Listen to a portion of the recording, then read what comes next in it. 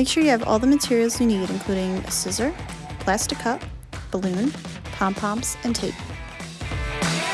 Start by tying the bottom of the balloon where you would normally put air into it into a knot. You may need an adult to help you with this part.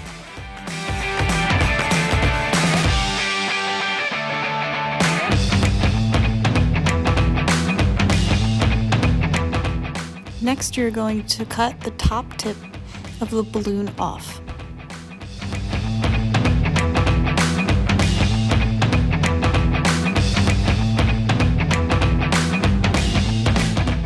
Next, you're going to take your scissors and cut the bottom part of the cup off.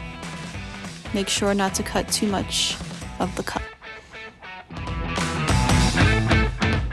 Flip your cup around to the top part where it's thicker and place the balloon over the rim of the cup. You may need someone to hold the cup for you as you put the balloon over the rim. You can use the tape to secure the balloon to the cup.